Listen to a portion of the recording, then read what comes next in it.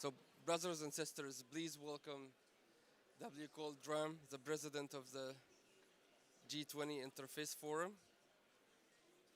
So today he has a keynote addressing the faith communities, and we're so happy to have him. So please welcome Cole Durham.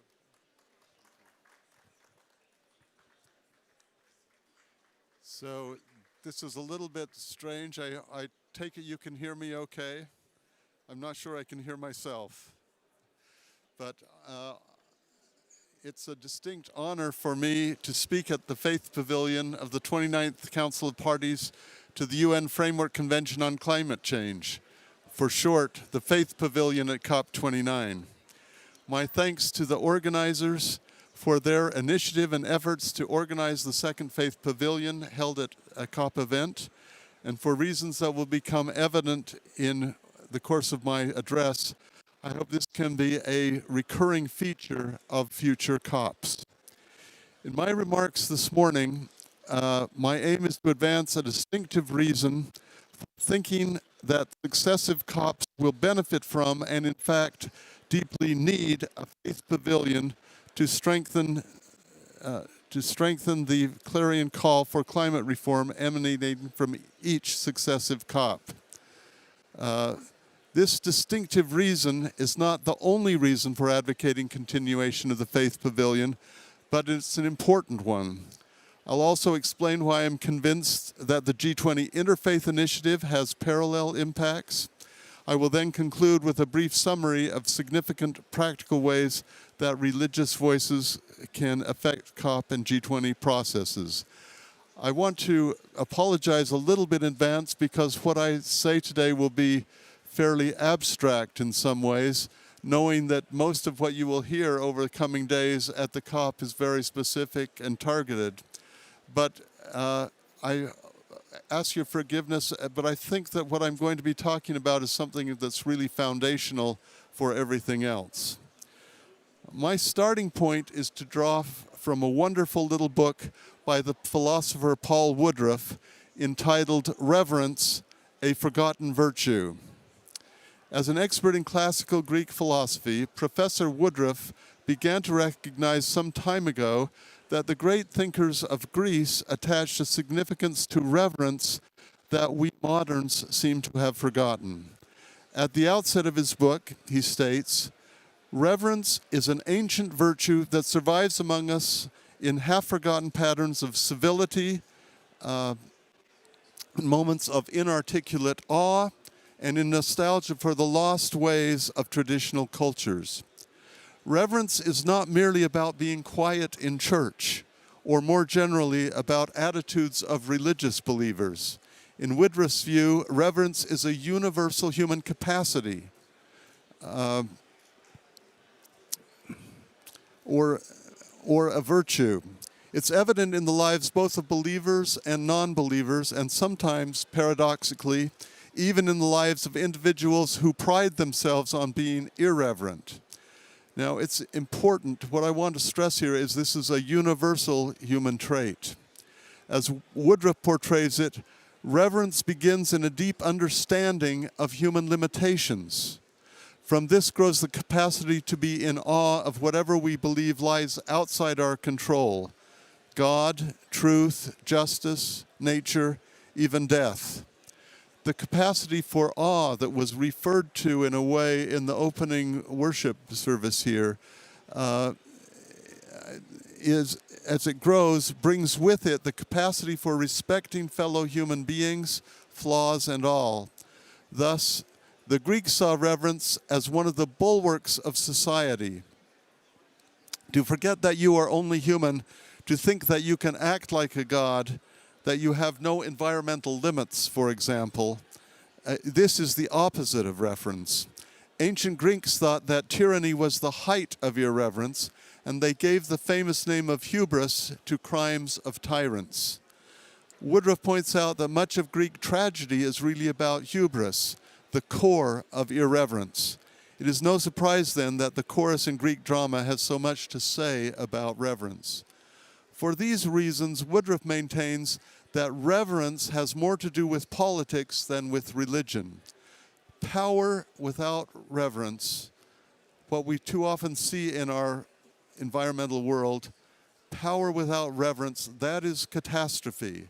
Power that seeks to manipulate religion for mere political gain, or religion that panders to power for the sake of economic or social gain, is an affront to true reverence.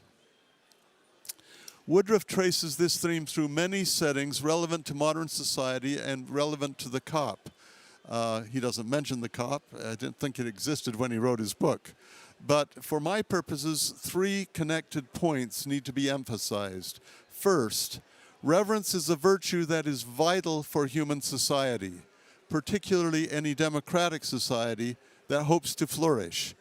Democracy provides rich political machinery for weaving together the diverse values of society into a harmonious community.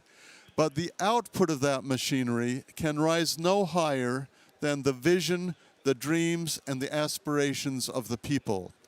That which is highest in this regard emanates from moments of reverence in individual lives. Reverence is crucial to moral striving and envisioning that is essential if democracy is to become more than a chaos of self-interest. Second, reverence is the best reminder that human things, including states, need to be subjected to limits. The experience of authentic reverence, widely disseminated in the populace, is the best safeguard against the counterfeits of demagoguery.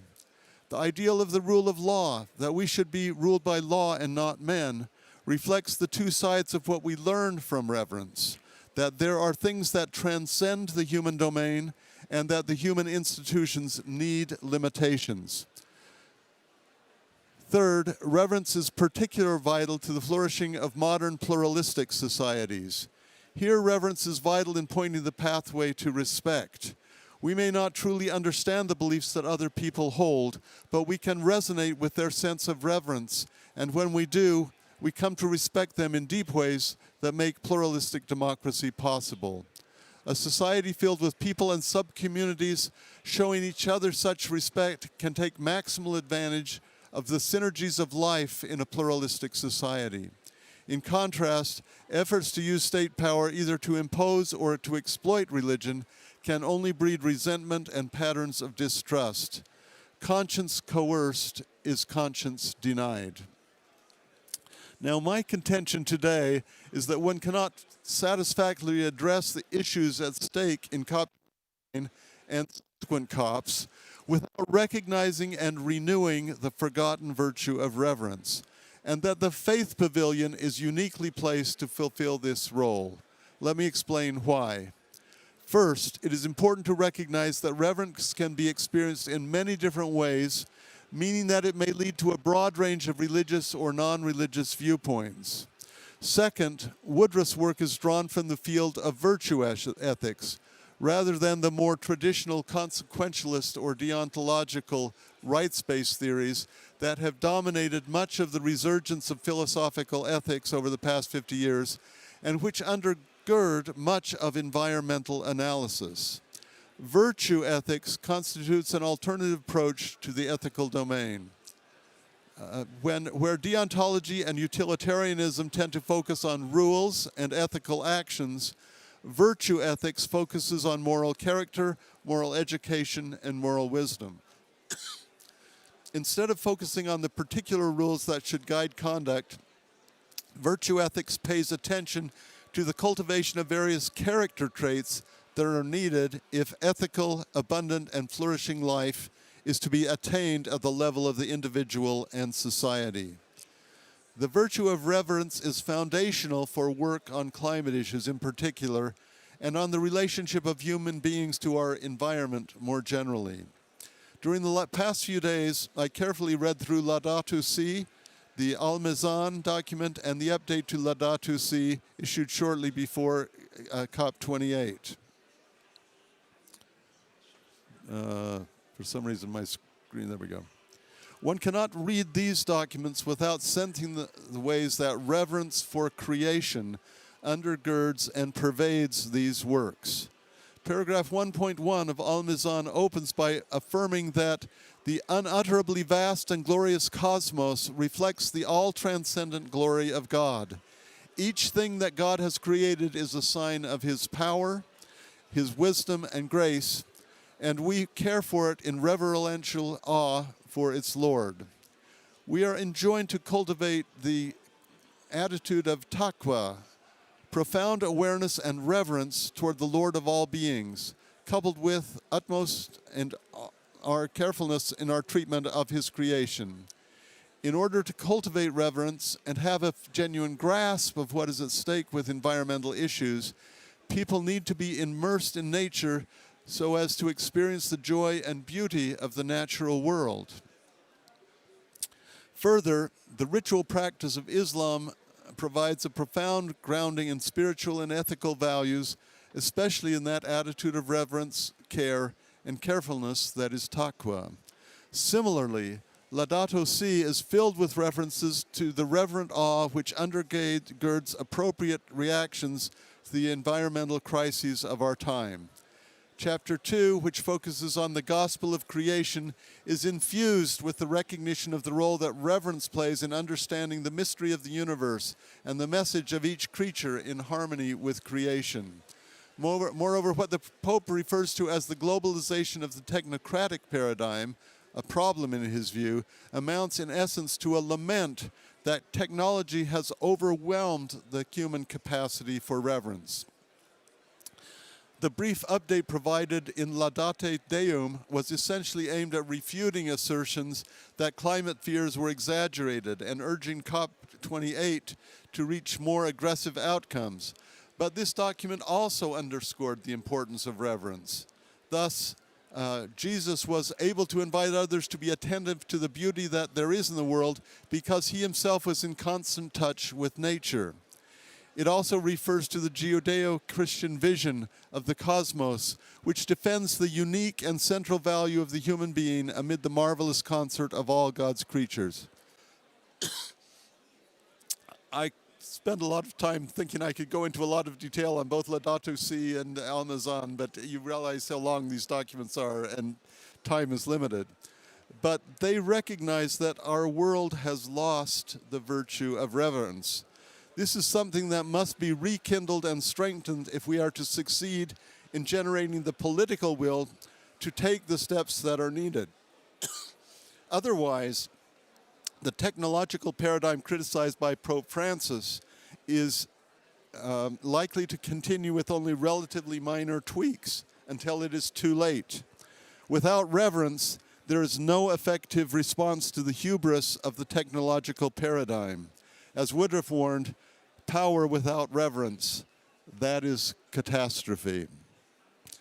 Like the Faith Pavilion, the G20 Interfaith Forum provides a platform that can help mobilize forces that can revitalize reverence. Note that reverence is not a virtue of any particular religion or belief. Indeed, it can be something that is grasped and experienced by people without religious beliefs. We may not fully understand, and much less agree with the religious or other beliefs of different individuals or groups, but we can understand the role that the virtue of reverence plays in their lives and in the reality of respect that this understanding engenders. Reverence is not the only virtue our times require, but it is a virtue that can open the door to dialogue and cooperative efforts. Moreover, it is a character trait that is particularly vital if we are to overcome the hubris that assumes that we can go on maximizing consumption indefinitely. We urgently need settings in which technocratic and religious expertise can engage in effective dialogue. Too often, the religious insights linked to reverence are simply overlooked entirely in other settings. Initiatives such as the Faith Pavilion here and the G20 Interfaith Forum help to solve this dialogical impasse. Among other things, such settings can contribute to the ability of religious believers and policy experts to find a common language effectively reflecting each other's ultimate concerns.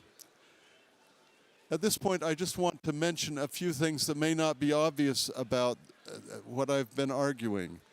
The main point is that virtue is a forgotten, reverence is a forgotten virtue, and that it really undergirds much that we are doing in this environmental setting, represented by the COP and also by other broader environmental things. Now, there are many things that can be said about this. Let me just mention a few. First, strengthening the virtue of reverence can facilitate dialogical exchange. One might expect that in an intensified sense of reverence associated with one's own beliefs might cut off dialogue. But in fact, one's own experience with reverence can help sensitize one to forms of reverence that others experience, thus providing a stable basis for respectful pluralism. Second, people adhering to one belief system have much to learn from others about the ways other groups are implementing their own responses to reverence for creation, stewardship, and so forth. Among other things, differing religious communities may have identified a diverse range of practical ways they can address climate or other issues. Third, one might expect that experiences of reverence might be forceful, but too vague to generate consensus or practical projects.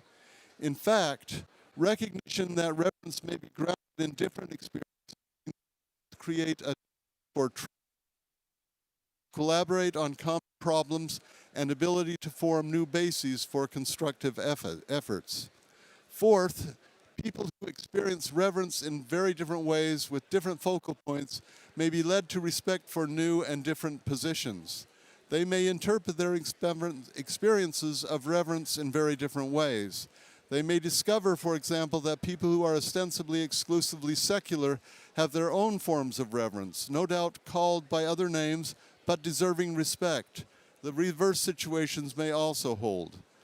This list could be expanded virtually indefinitely simply by starting to list all the myriad ways that people seek to implement reverence-based ideas that may address climate challenges. But that would add impossible length to this paper, so I will stop here. Thank you very much.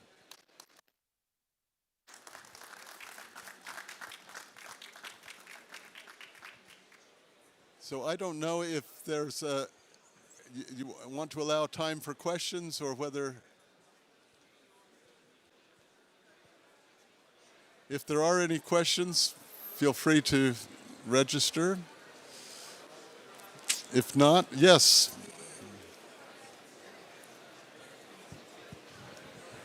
Thank you very much, Cole, for your usual wisdom.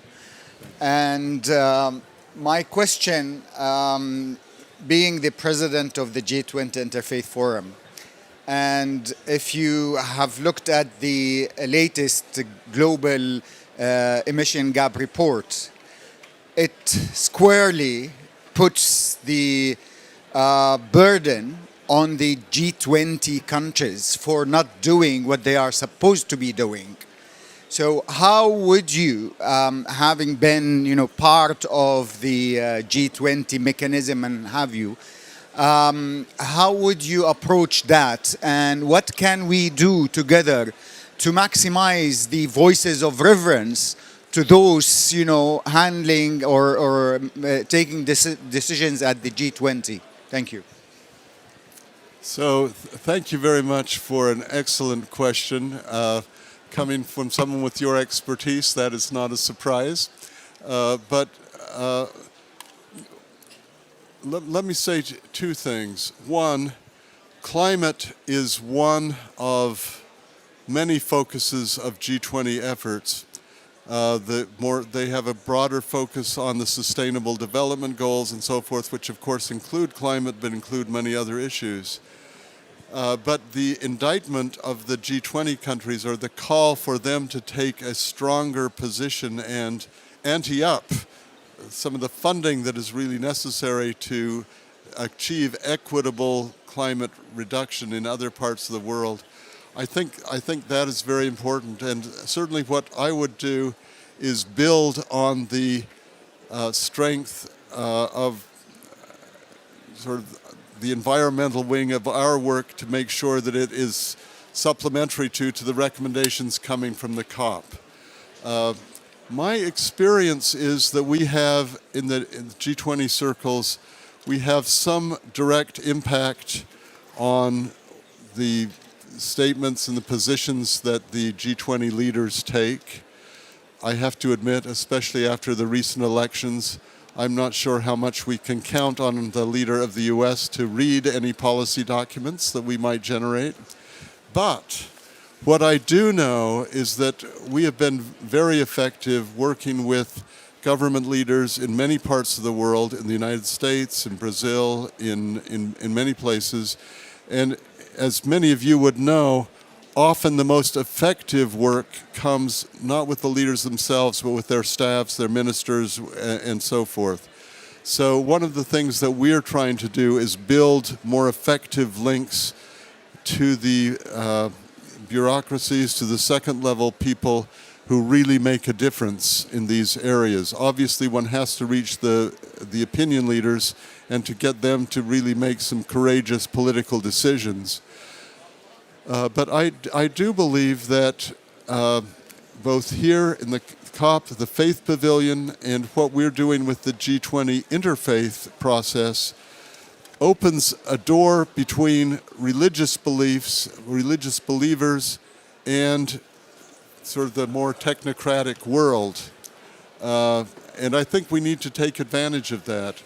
I think, in fact, many of the people who are working in government positions do have a deep sense for reverence of creation.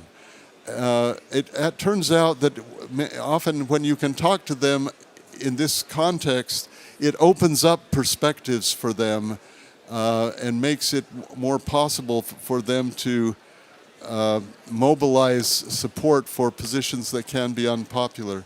And I think that's what we're facing, that tremendous need on the part of G20 leaders to dig in, to recognize that we need to do things, that we need to face debt issues and climate finance issues that are vital if we're going to solve the problems.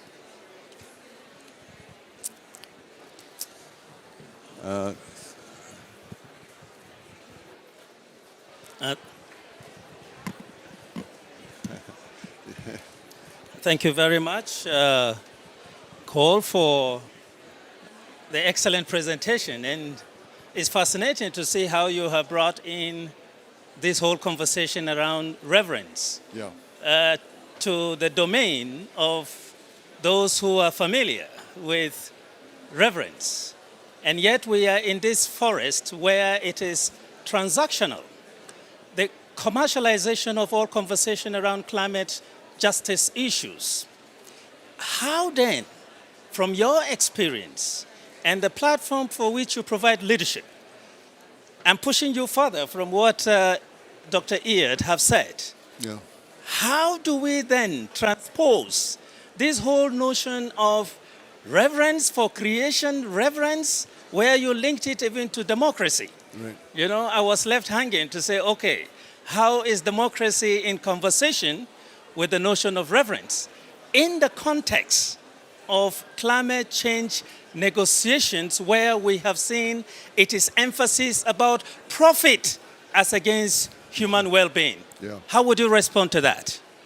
So one of the points of paper is to emphasize that one of the things that is forgotten by the excessive focus on profit, on commercialization, on sort of the typical economic analyses that we see all around us, frankly. How do we solve the problem that people somehow in the process lose sight of something that is actually fairly universal, that it may take very different forms, but people have experienced reverence in different ways. And that is a powerful notion, and one of the powers, as suggested in some of the early parts of my paper, is that in Greek philosophy and Greek tragedy and so forth, reverence is the answer to hubris.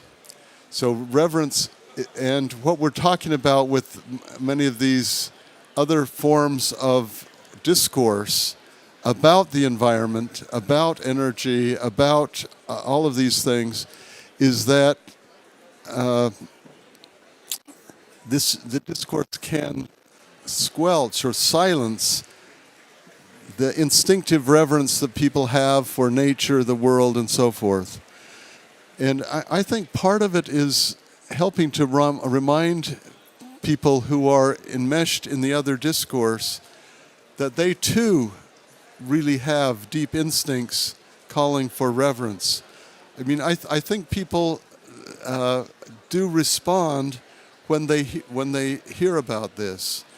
Now, what those of us who are living in closer proximity to the virtue of reverence need to do is we need to find ways to speak from the depth of that understanding and the depth of the virtue of reverence across the dialogue field into the more secular, technological forms of discourse. And that's certainly one of the things that we're very conscious of in the G20. It's not enough to say, oh, I have feelings of reverence, therefore you should listen to me. No, I mean, the reverence provides a kind of basis for deeper understanding and a motivation for finding ways to talk to other people that may have forgotten some of that foundation. But that foundation can be reawakened, and we need to do that as part of the effort to really strengthen political resolve. Reverence is about understanding limitations and so on. So that's part of the puzzle. It's connected with the rule of law. The rule of law embodies both the sense that there's something higher than our human rules, but there's also a sense for our human powers to be limited. And I think both of those kind of things are rooted in a very deep way in reverence, and we need to remind people in our society of that reality. Yes, in the back.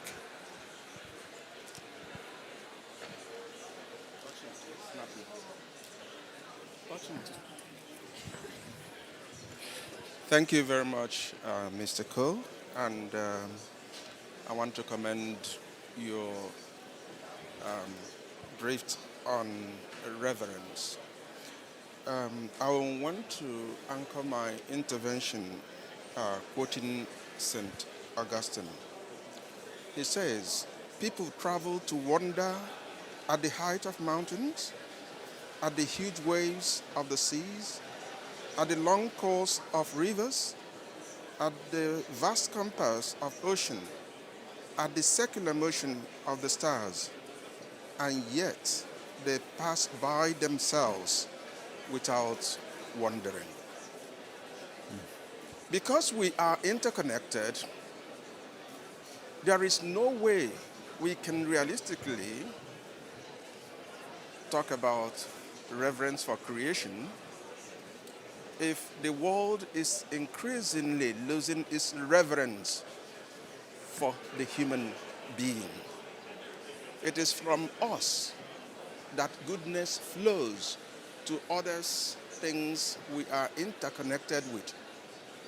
With the many wars going on in the world today, the many crises, and the way we are increasing our capacity to be able to destroy ourselves, do you still believe it resides with us to discover this reverence and be able to appropriate it in order to transmit the same to the environment where we live? Thank you.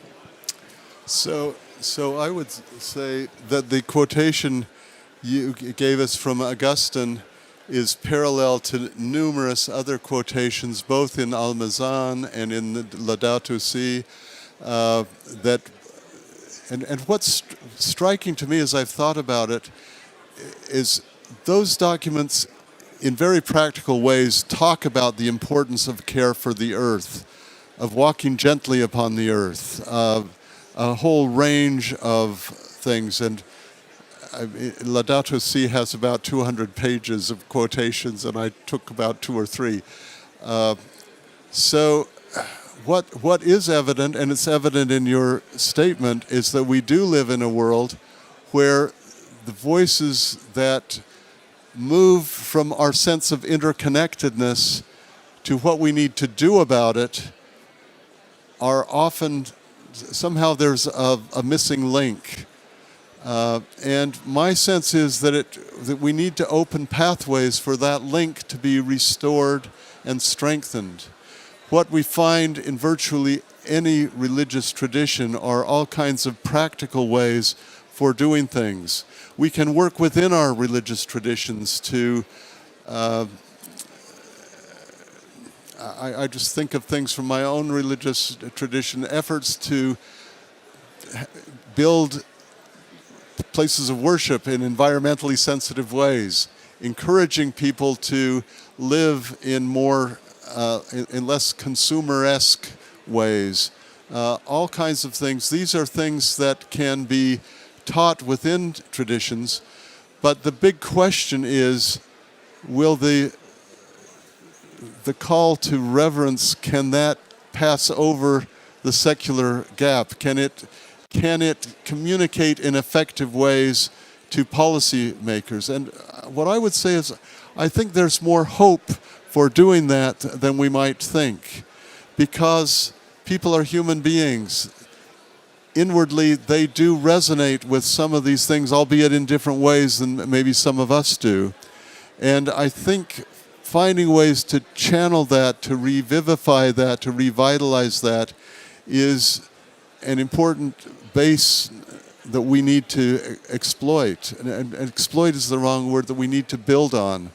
And we're so caught up in the technological world that we're so seduced by techno-speak that we forget the foundations that will appeal not only to us, but even that are working. I'm convinced that many of the people here, from governments, from others, are really feeling the pull of reverence for creation, for our interconnectedness. They just hear a lot of other voices that are louder in their ears, and we need to find ways to revitalize that sense of reverence in their lives. Thank you so much, President Cole. Thank you for sharing your words of wisdom, and we really appreciate it. And thank you. And thank you all the participants for your Q&A. I think it's really enriched the discussion and following the keynote. And we will be back around 12 with the first panel discussion for the day. Thank you.